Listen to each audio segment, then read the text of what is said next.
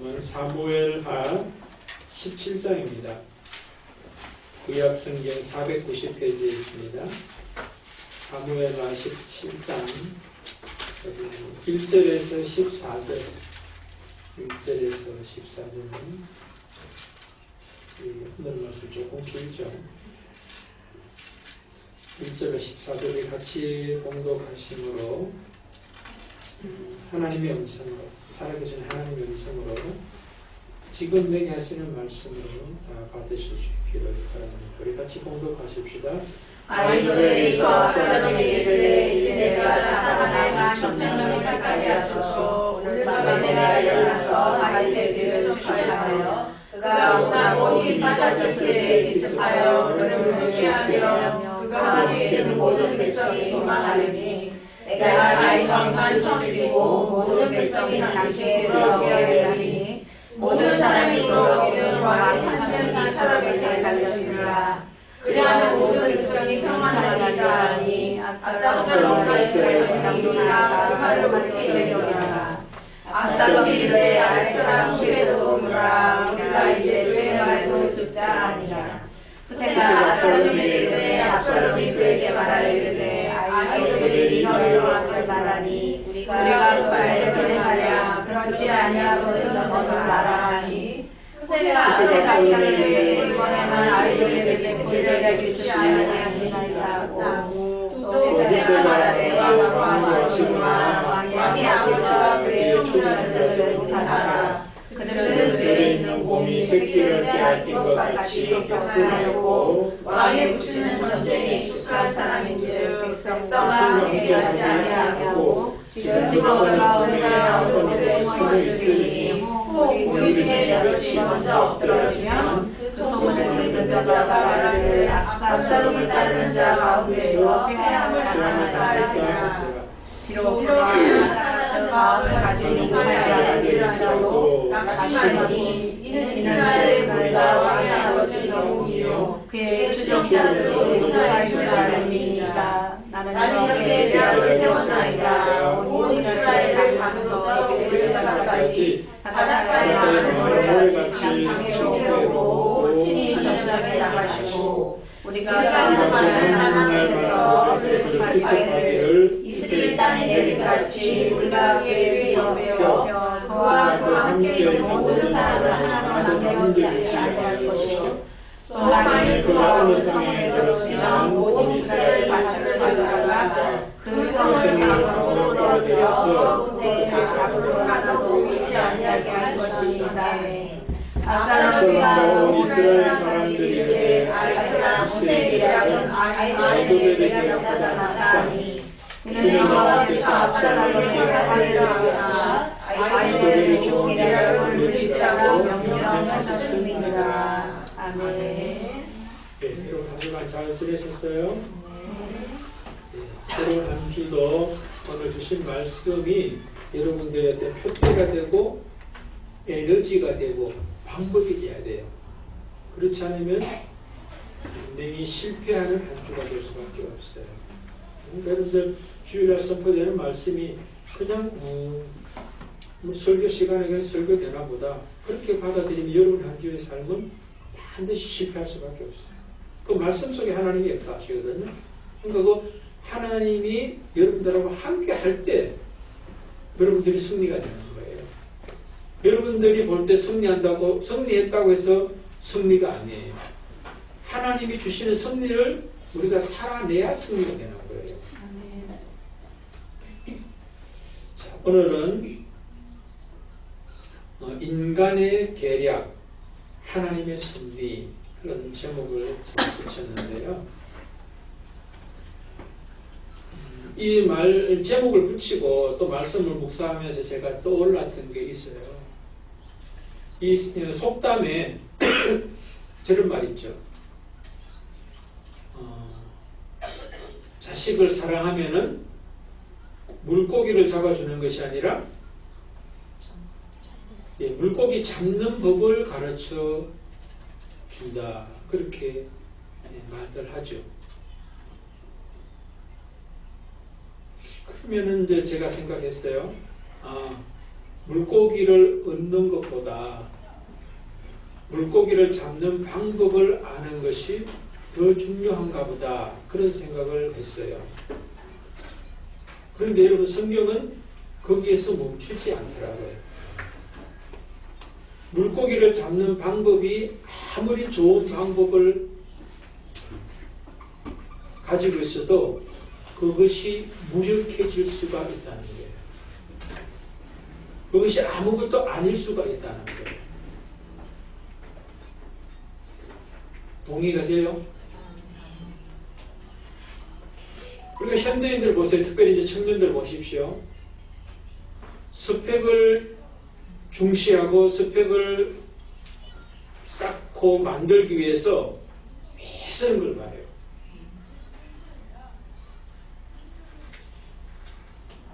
스펙이 뭐예요? 좋은 직장에 들어가기 위한 하나의 방법이에요. 전략이죠. 오늘 말씀을 하면 계략이 되는 거죠. 좋은 스펙을 가지고 있으면 좋은 직장에 들어갈 수 있다. 좋은 직장에 들어가면 많은 돈을 벌 수 있다. 또 뭐 그 다음도 또 이어지겠죠. 근데 오늘 성경에 보면은 그렇지 않아요. 근데 많은 사람들이 이제 옛날부터 속담에 될 정도로 물고기 주는 것보다 물고기 잡는 방법을 가르쳐 주라고 하는 이야기를 너무나 많이 들어왔기 때문에 그게 다인 줄 알아요. 근데 그게 다가 아니에요. 그 다음이 또 있다는 거예요. 더 중요한 게 있다는 거예요. 여러분 그걸 우리가 알아야지 이 세상의 삶 속에서도 승리할 수가 있어요. 뭐겠어요?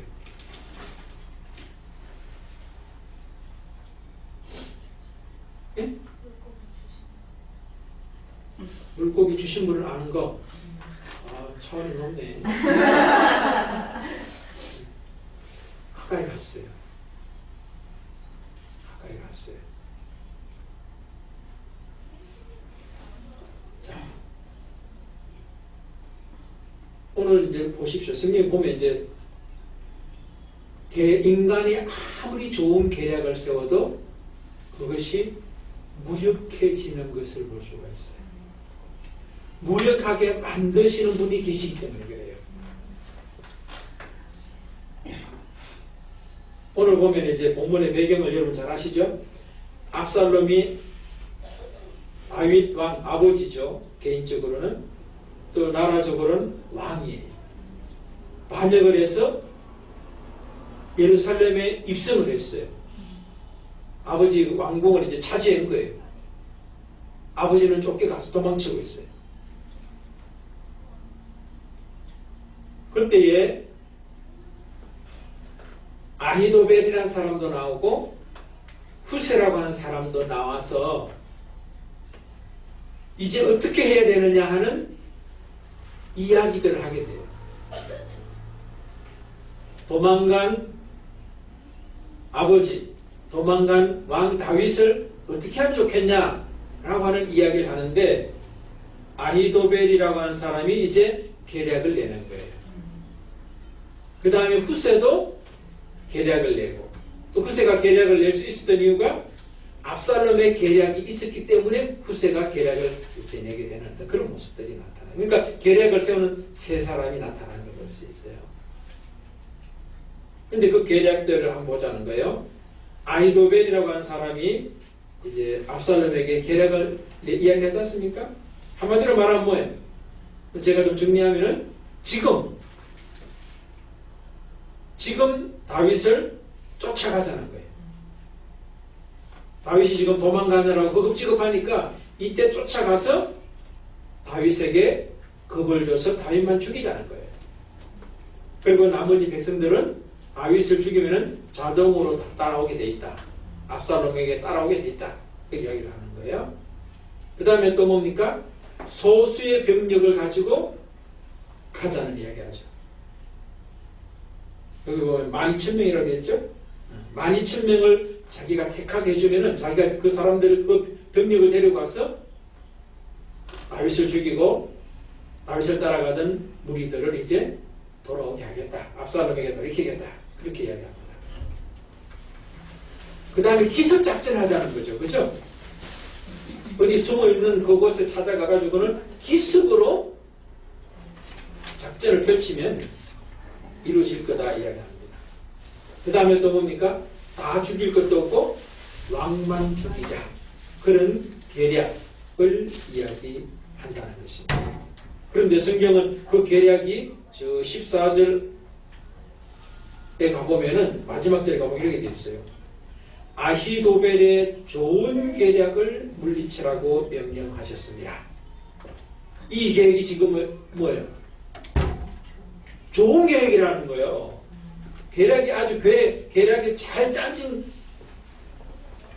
계략이니까 이것이 실행되면은 성공할 수 있는 거예요. 다윗을 죽일 수 있고 사람들을 돌아오게 할 수 있는 계략, 계책이라는 거예요. 자, 어쨌든 아히도벨은 지금 소수의 병력으로 기습작전을 해서 왕만 죽이자. 현실적으로 가장 좋은 계획을 짰어요. 근데 실행이 돼야 안 돼요? 실행이 안 돼요. 좋은 계획인데 좋은 계획을 짰다고 그게 실행되는 게 아니라는 거예요. 두 번째 후세의 계략을 보십시다. 아히도벨이 지금 하자라고 한다면 후세의 계략은 지금 당장 말고 나중이에요. 나중이란 말은 없어요. 그런데 후세의 계략의 내용을 보면은 단에서부터 브엘세바까지 전군을 동원하자라고 하는 이야기를 합니다. 그러니까 단과 브엘세바는 이스라엘 전체를 말하거든요. 그러니까 전체의 군인들을 모으려면은 이게 뭐 지금 될 일이 아니잖아요. 지금 시작해도 한참 걸리고 난 다음에 작전이 이 계략이 실행이 될 수밖에 없다는 거예요. 그러니까 시간적으로는 지금보다는 나중이 낫습니다. 그런 이야기라는 거죠. 아히도벨은 소수의 12,000명만 가지고 가도 지금 된다라고 이야기하는데 후세는 뭐라고 하냐 하면은 소수가 아니라 전군을 데리고 가자. 많은 군사를 데리고 가자. 그리고 아히도벨은 자기가 기습을 하겠다고 그래요. 12,000명 군대를 데리고 가는데 내가 이렇게 하는 거예요. 군대 선택하는데도 자기가 선택하게 해달라고 하고 자기가 일어나서 다윗을 추적하겠다고 이야기를 합니다. 그런데 후세는 전군을 동원하되 압살롬 당신이 앞장서서 가자라고 이야기합니다. 기습작전인 아히도벨이라면 후세도 기습작전을 하자고 그러는데 전군이 가는데 기습이 되겠어요? 그래서 제가 볼 때는 전면적 작전이야. 기습작전이 될 수가 없어. 그 많은 사람이 가는데 어떻게 기습이 되겠어요? 그러나 성경에 보면 기습이라고 이야기를 하고 있어요. 그리고 왕만 죽이자고 했던 아히도벨의 계략과 달리 씨를 말리자. 전부 다 왕과 왕의 함께 했던 사람들을 전부 다 멸하자라고 하는 그런 계략을 이제 압살롬에게 이야기하는 거예요. 그럼 또 압살롬은 또 어떤 계략을 짜고 있냐면은 먼저 이제 계략을 아히도벨이 이야기했죠. 근데 아히도벨의 계략만 듣고 끝난 것이 아니라 후세의 계략도 한번 들어보자 라고 하면서 후세를 오라고 그래요. 그러면서 아히도벨이 이러이러한 계략을 내세웠는데 네 생각은 어떠냐? 라고 하는 질문을 하죠. 그랬더니 이제 후세가 이제 자기 계획을 이야기하는 거예요. 그리고 압살롬의 계략은 뭐예요? 자기 계략이 있는 것이 아니라 자기의 책사들을 통해서 계략을 듣고 가능하면 뭐예요? 한 사람보다 두 사람보다 더 많은 사람이 있으면 더 많은 사람들 계략을 듣고 그 다음에 또 그것에 동의하는 사람이 얼마나 많으냐도 보는 것 같아요. 아까 했던 아히도벨의 계략은 압살롬 자기도 옳게 여겼지만 이스라엘 장로들도 옳게 여겼다. 그래서 그것을 이제 선택을 할까 했는데 후세동은 후세의 계략 한번 들어보자 라고 하는 생각이 들어서 후세 이야기도 들었는데, 후세의 계략은 어떻게 이야기합니까? 그 뒤에 가보면은 14절 전반절에 이렇게 되어 있어요. 압살롬과 온 이스라엘 사람들이 이르되 아렉 사람 후세의 계략은 아히도벨의 계략보다 낫다 하니. 전자에는 장로들만 동의를 했는데 후자는 이스라엘 사람들 전체가 다 후세의 계략이 낫다라고 이야기를 해서 결국은 후세의 계략을 따라가게 되는 거예요. 압살롬이. 그러니까 압살롬의 계략은 뭐예요? 자기 계략이 있는 게 아니라 계략을 가질 수 있는 사람들의 이야기를 듣고 또 다수가 동의하면은 그것이 옳은 계략이다, 좋은 계략이라고 생각하면서 실행하는 그런 계략을 가진 사람이에요.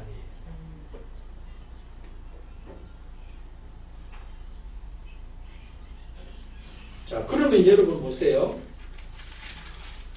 아까 아히도벨의 계략이 좋은 계략이라면 그거하고 반대되는 계략을 가지고 있던 후세의 계략은 어떻다는 거예요? 예. 그렇죠. 좋은 계획이 아니었다는 거예요. 그렇죠?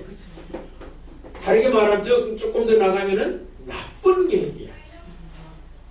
현실에 지금 맞지도 않는 계획이야.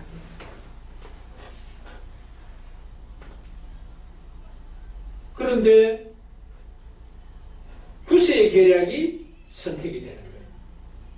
그런데 후세의 계략이 선택될 수밖에 없었던 이유를 성경이 뭐라고 그래요? 그렇죠? 이는 여호와께서 압살롬에게 화를 내리려 하사 아히도벨의 좋은 계략을 물리치라고 명령하셨기 때문에 아히도벨의 계략이 아니라 후세의 계략이 실행되게 되었다. 그렇게 얘기하는 거예요. 자, 그럼 여러분 보세요. 우리의 삶 속에서도 어떤 목표가 있어가지고 그 목표를 달성하기 위해서는 계획을 짜고 전략을 짜잖아요. 그러니까 제가 보니까 사전을 찾아보니까 계략이 그 히브리 그 원어에는 애착 이렇게 돼 있어요. 그 뜻이 뭐냐니까 충고, 조언, 의논, 결의 뭐 이런 뜻이 이제 그 성경적으로는 뜻이고, 한글 사전을 찾아보니까 한마디로 말해서 꾀라고 돼 있더라고요. 계략이 뭐냐? 꾀다, 계책이다, 모략이다. 그렇게 이야기를 하고 있어요. 그러니까 다른 말로 하면은 계략이 뭐냐? 계획이다, 방법이다. 그렇게 말해도 틀리지 않는다는 거예요.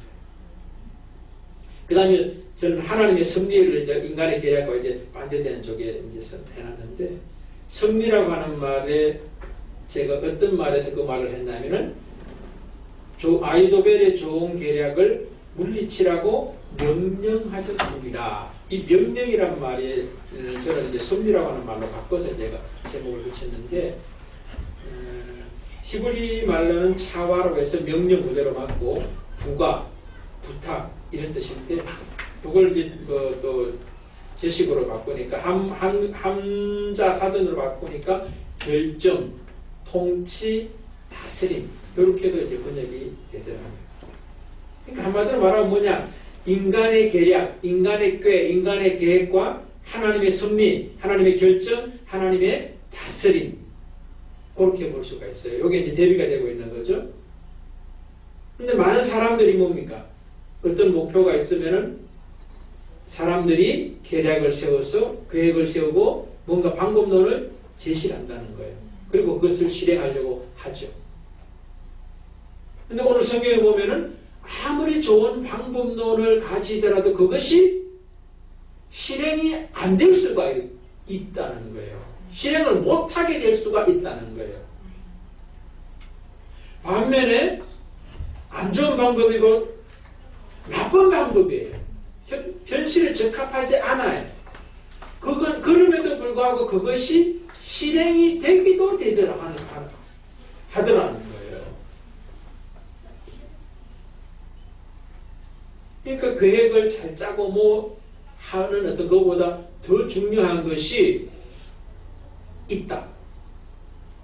서두에 제가 말씀드렸을 때 물고기를 잡아주는 것보다 물고기를 잡아주는 방법을 가르쳐 주는 게 더 자녀를 사랑하는 것이고 지혜로운 것이다. 그렇게 말하시는데 성경은 거기에서 끝나지 않는다는 거예요. 아무리 좋은 방법을 가지고 있어도 그것이 다가 아니라는 이야기를 제가 말씀드리는 거예요. 오히려 나쁜 방법, 안 좋은 방법인데도 그것이 실행되기도 하더라는 거예요. 그 일을 누가 하시느냐면은 하나님이 하신다는 거예요. 그럼 하나님이 왜 그렇게 하시냐는 거예요. 좋은 방법이 실행되도록 해야 되는데 나쁜 방법이 실행되도록 하느냐는 거예요. 하나님의 관심은 방법에 있는 것이 아니라는 것을 말씀하고 있다는 거예요. 그럼 뭐에 관심이 있냐? 보십시오. 아히도벨이 좋은 계략을 가지고 있었는데도 불구하고 그것을 물리치신 이유가 있어요. 왜 그래요? 하나님이 지금 아히도벨의 그 좋은 계략하면서 하나님이 물리쳤다고 그랬잖아요. 왜 그렇게 섭리하셨냐? 명령하셨냐? 통치하시느냐? 왜 그랬냐고를 보면은 하나님의 관심은 방법에 있지 않다는 거예요. 계략이 있지 않다는 거예요. 뭐예요? 여호와께서 성경 보세요. 저 얼굴 보지 말고 여호와께서 압살롬에게 화를 내리려 하사 이렇게 되어 있어요. 그럼 하나님의 관심은 어디 있는 거예요?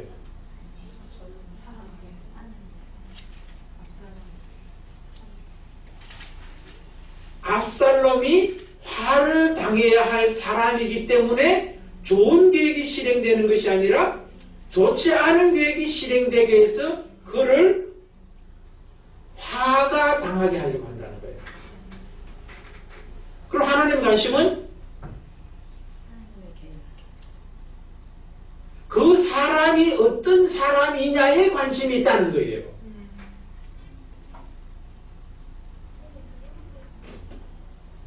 압살롬이 화를 당할 수밖에 없는 사람이기 때문에 좋은 계획이 실행되지 못하게 하신다는 거예요. 오히려 나쁜 계획이 실행돼서 죽게 만든다는 거예요.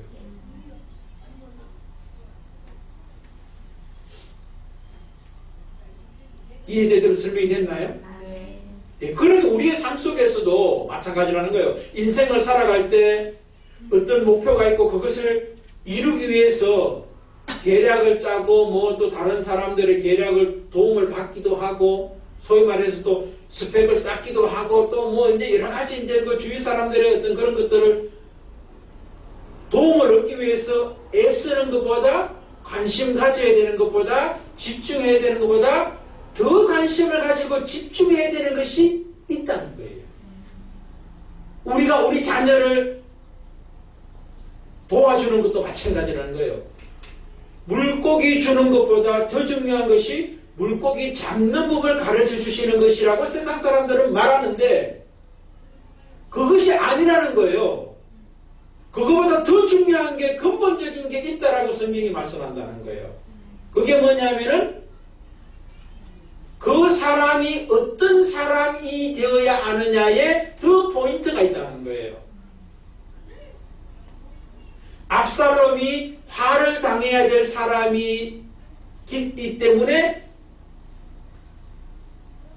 좋은 계획이 패하고 나쁜 계획이 실행되게 하나님이 만드셨다는 말은 압살롬이 좋은 사람이 되면 그 사람의 인격이나 됨됨이가 바른 사람이 되면 좋은 계획이 실행될 뿐만 아니라 나쁜 계획이라도 그것이 하나님이 좋게 만들면 좋게 될 수 있다는 이야기를 하고 있다는 거예요. 그러니까 계획이 좋냐 나쁘냐, 계략이 좋냐 나쁘냐가 우리의 어떤 목표라고 목적하는 것을 성취하느냐 마느냐의 기준이 아니라는 거예요. 도구가 아니라는 거예요. 내가 어떤 사람이 되느냐가 내 인생의 목적하고 목표하는 바를 이루느냐 이루지 못하느냐의 핵심 관건이라는 거예요.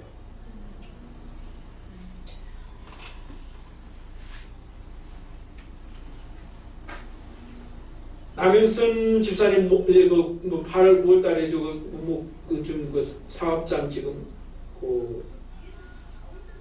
준비하고 계시잖아요. 그러니까 얼마 전에는 해야 되나 말아야 되나 근데 그런 이야기가 있었고, 지난번 신방할 때 들으니까 거의 확정적이라고 이야기하던데 근데 더 중요한 게 있다는 걸 제가 말씀드리려는 거예요. 해야 되느냐 말아야 되느냐 어떻게 해야 할까, 이게 중요한 게 아니라는 거예요. 잘 될까 안 될까 이게 중요한 게 아니라는 거예요. 내가 남영선 집사께서 어떤 사람이 되느냐가 하나님이 잘되게 할 수도 있고 못되게 할 수도 있는 관건이라는 거예요. 계획을 세우는 것보다 더 중요한 게 있다는 거예요. 어떻게 할까 방법을 찾는 것보다 더 중요한 게 있다. 내가 하나님 앞에 어떤 사람으로 세워져 있어야 되느냐에 관심을 가지라는 거예요. 아멘 안 하네. 가만히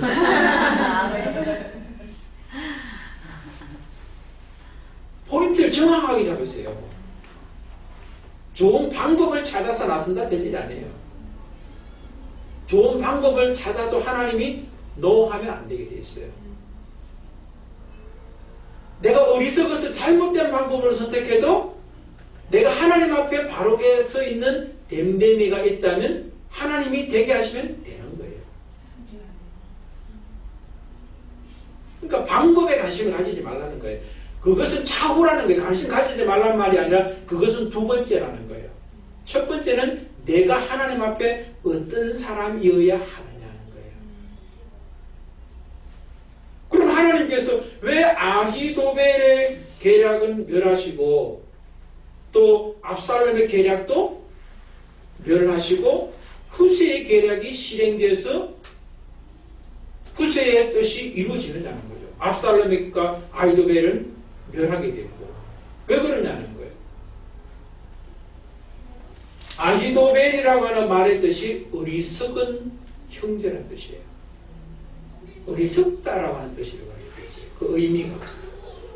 아니 좋은 계획을 세웠는데 어리석다니 말이 좀 안 맞죠. 그죠? 반면에 또 후세는 뜻이 뭐냐면은 즐김이라는 뜻이에요. 즐긴다는 뜻이에요. 그럼 뭐를 즐겼길래 하나님이 그의 계획이 실행되게 해가지고 별로 안 좋은 계획인데도 불구하고 실행이 되게 해가지고 그 계획대로 진행이 잘 됐냐, 후세의 뜻이 이루어지게 됐냐 라고 하는 걸 보면요, 어리석음과 즐김의 내용은 하나님이에요. 하나님이 지금 아히도벨이라든가 압살롬은 이 사람에게 하나님이 있어요 없어요?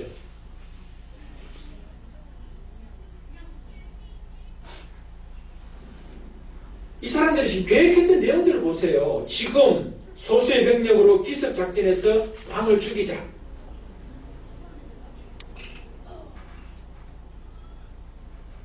왕이 죽임을 당할 어떤 그런 그 처지에 놓여서 그런 것인가요? 압살롬이나 지금 아히도벨이 자기들의 욕심이 이것을 지금 실행하고 있는 거예요. 물론 하나님의 관점을 볼 때는 이 압살롬과 아히도벨의 이 계략을 통해서도 하나님께서 하시고자 하는 의도와 목적이 있어요. 전체적으로 볼 때는. 그러나 그 전체 하나님의 그 섭리 가운데에서 있어져야 할 내용이지만 있어져야 할 내용의 주체가 되는 이 압살롬과 아히도벨은 어리석은 자다. 하나님이 없는 자로서의 그 실행의 주체가 되고 있다는 거예요. 반면에 후세 같은 경우는 즐긴다 했는데 저는 하나님을 즐기는 사람이라고 해석을 했어요. 후세가. 하나님을 즐거워하는 자로서 이 계략을 냈다라고 합니다. 어떻게 그런 말을 할 수 있냐? 내가 볼 때는 아히도벨도 지략가지만 후세도 지략가예요. 다윗의 친구로서 다윗이 지략가였거든요. 그러니까 압살롬이 자기와 반역을 했던 아히도벨 지략가로 모시고 데리고 있을 뿐만 아니라 아버지의 친구인 후세도 자기에게 찾아와서 아버지 배반하고 나는 이제 아버지 아들인 압살롬을 섬기겠다라고 하니까 받아들였어요. 받아들인 이유가 뭐겠어요? 압살롬 입장에서는 후세도 자기에게 도움이 된다고 생각했기 때문에 받아들였다는 거예요. 그럼 후세도 오늘 본문에서도 압살롬이 아히도벨의 계략만 듣는 것이 아니라 후세의 계략도 듣는 이유가 뭐겠어요? 분명히 그에게 뭔가 좋은 계략이 있다라고 판단했기 때문에 이야기를 듣는 거 아니에요. 그럼 후세도 사실은 아히도벨 못지않은 지략가라는 거예요. 책략가라는 거예요. 근데 왜 아히도벨과 반대되는 계획을 압살롬에게 이야기했다는 거예요. 제가 볼 때는 후세도 분명히 아히도벨의 계략이 맞다라고 하는 걸 알고 있었어요. 그럼에도 불구하고 후세가 아히도벨과 반대되는 소위 말해서 좋은 계략이 아니라 어리석은 계략을 압살롬에게 하는 이유가 뭐예요? 이 후세는 압살롬을 위해서 지금 있는 게 아니에요. 다윗을 위해서 다윗을 살리려고 지금 이 이야기를 하고 있는 거예요. 다윗이 그랬거든요. 압살롬에게 가니까 나 따라오지 말고 압살롬에게 가가지고 아히도벨의 계략을 무력화시키라고 명령을 받고 지금 압살롬에게 와 있거든. 그런데 여러분 아무리 그렇다 하더라도 이 후세 입장에서는 압살롬에게 소위 말해서 좋지 못한 계획을 알고 있음에도 지금 이 상황에 맞지 않는 계획임을 알고 있음에도 불구하고 아히도벨의 계략이 옳은 것을 알고 있음에도 불구하고 어리석은 계획 같은 계획을 압살롬에게 이야기할 수 있는 위험성을 감수하는 이유가 뭐예요?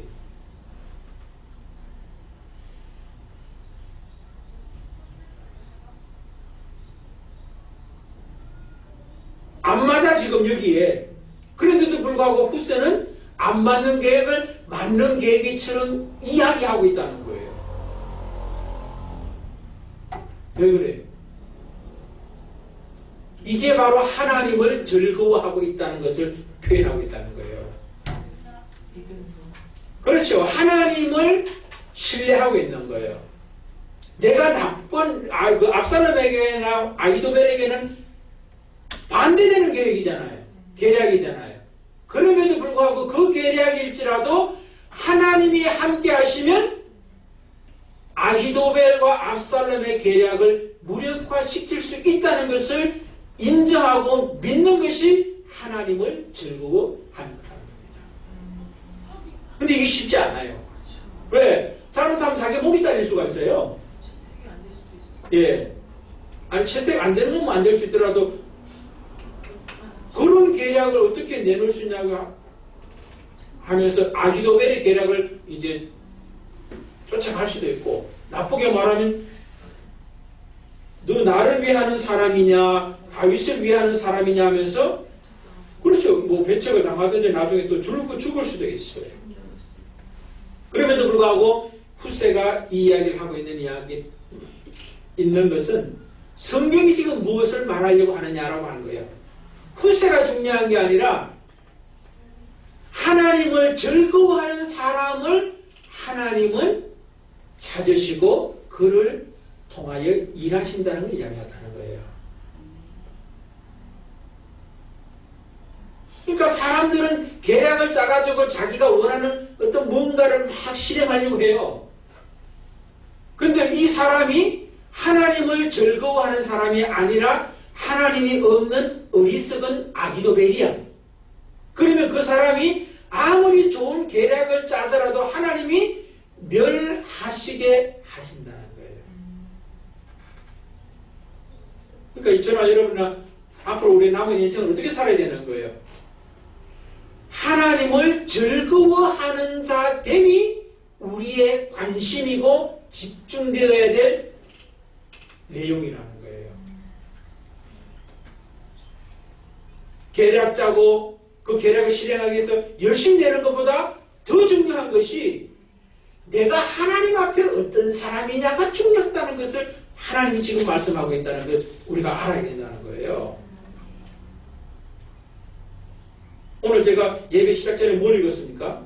복 있는 사람은 악인의 꾀를 좇지 않고 죄인의 길에 서지 아니하며 오만한 자의 자리에 앉지 아니하며 오직 여호와의 율법을 즐거워하여 주야로 묵상하는 자로다. 이는 시냇가에 심은 나무와 같아서 시절을 쫓아 뭐죠? 열매를 맺고 잎사귀가 무성하다. 그리고 그 하는 모든 일이 형통하더라. 그래 되는 거예요. 복보다 더 중요한 것이 복을 받을 수 있는 사람 되는 것이 더 중요하다라고 성경은 말하고 있다는 거예요. 물고기보다 더 중요한 것이 물고기를 잡을 줄 아는 방법을 아는 사람, 방법을 가지고 있는 사람인데 이 사람보다 더 중요한 게 하나님을 즐거워하는 사람을 하나님은 그 사람에게 복을 주신다는 거지. 뭐 성경에 보면 여러 가지 많은 사람이 있어요. 마리아와 마르다 이야기 아시죠? 그죠? 예수님이 그 집에 왔을 때 마르다는 예수님 대접하려고 막 열심히 막 그 음식 준비하고 막 합니다. 그러면서 이제 막 바빠. 예수님 오시면 예수님만 오는 게 아니잖아요. 몇 명이 같이 따라와요? 12명. 그 예수님까지 13명 따라서 13명 대접하려면 바쁘겠죠? 그런데 자기는 막 바빠서 예수님하고 예수님 그 제자들 섬기려고 밥 해주려고 막 가는데 굉장히 어떤 그 예수님 그 등 밑에 앉아가지고는 예수님 말씀 듣는 자기 동생 마리아가 보였어요. 했더니 하는 말이 있죠. 예수님, 제가 예수님하고 제자들 섬기려고 지금 밥하는 중인데 마리아 자기를 좀 도와주게 하라고 좀 말씀 좀 해주십시오. 그런데 예수님 뭐라고 그래요? 마리아가 좋은 것이 무엇인지를 알고 그것을 선택했다고요. 많은 것을 하는 것보다 더 중요한 게 좋은 것이 무엇인지를 알고 그것을 선택하는 것이 진짜 중요하다는 이야기가 하는 거예요. 그럼 마르다와 마리아의 차이가 뭐예요? 마르다는 자기 열심으로 막 예수님을 섬기려고 애를 막 써요. 마르다 입장에서 보면 마리아는 얌체예요. 꼴미운 대상이에요. 그런데 마리아는 지금 어떤 상황이에요? 예수님도 마르다가 맞다 마리아가 지금 좋은 걸 선택했다고 그래요. 그럼 왜 이유가 뭐예요? 열심히 뭐를 해드리는 것보다 더 중요한 것이 예수님 자체를 즐기고 있다는 거예요. 예수님이 하시는 말씀을 지금 듣고 있다는 거예요. 즐기고 있다는 거예요. 그걸 성경이 지금 말씀하고 있다는 이야기예요. 그럼 이제 여러분들 그럼 봉사 안 하고 그냥 여기만 있어야 되겠다. 이것보다 이게 더 중요하다는 걸 이야기하는 거예요. 이건 나중이라는 거예요. 그러니까 열심히 여러분들 뭐 막 예배당에 나오고 헌금하고 막 봉사하고 이것보다 더 중요한 게 예수님을 즐거워해야 돼. 예수님이 좋아야 돼. 그분을 생각하면 웃음이 나와야 되고 감사가 나와야 되고 은혜가 고백돼야 되는 그런 사람이 되는 게 중요하다는 거예요. 그렇게 되면 하나님이 그 사람에게 은혜와 복을 주시는 거예요. 될 일은 더 잘 되게, 안 될 일도 되게 하시는 분이 하나님이라는 거예요. 그러니까 괜히 막 열심히 쫓아다니지 말라는 거예요. 진짜 열심을 내야 될 그 부위에, 중심에 내가 하나님하고 어떤 관계여야 하는 여기에 하나님을 즐거워하는 자여야 한다는 여기에 포커스가 맞춰져야 된다. 그래 되면 나머지는 하나님의 안에서 하시는 거예요. 그러니까 그러면 이제 여러분이 생각할 거예요. 형통하다 이야기했잖아요. 아까 보기 있는 사람이 형통하다는 건 아무 어려운 일이 없다고 생각할 수도 있어요. 아니에요. 어려운 일이 있어도 그것이 내게 어려운 일이 안 되게 되는 거예요. 그게 성경이 말하는 형통이에요. 장애물이 없다가 아니라 장애물이 있어도 그것이 나에게는 장애물이 안 되는 오히려 기적의 통로다라고 고백하고 살게 돼 있다는 거예요. 그러니까 하나님을 하나님으로 인정하면서 살아가는 사람에게는 어려움이 기적의 순간이에요. 아, 이것을 통해서 하나님이 내게 기적을 주시려고 하는구나 라고 하는 것을 알게 돼 있는 거예요. 모세와 여호수아와 갈렙 같은 경우는 홍해라든가 애국 군대라든가 마라라든가 아말렉이라든가 그 모든 것들을 다 모여요. 다른 사람들은 원망하고 탓하고 했지만 불평했지만 하나님이 구원하시는 사건이다라고 보게 됐다는 거예요. 그러니까 그 사람들이 형통한 사람인 거죠. 문제가 안 돼버리니까. 근데 그 사람은 어떤 사람이라는 거예요? 하나님과 나와의 관계가 하나님이 좋아서 못 사는 사람.